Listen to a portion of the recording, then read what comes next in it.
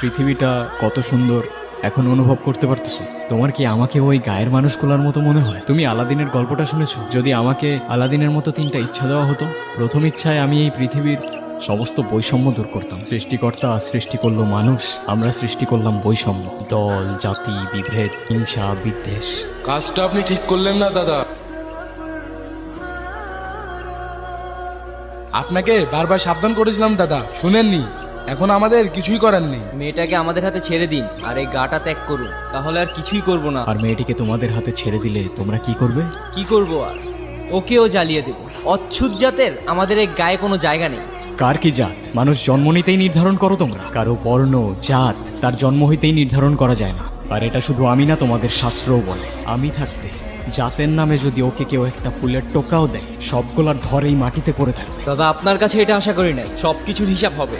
আমাদের পঞ্চায়েত এখনো ধ্বংস হয়ে যায় না।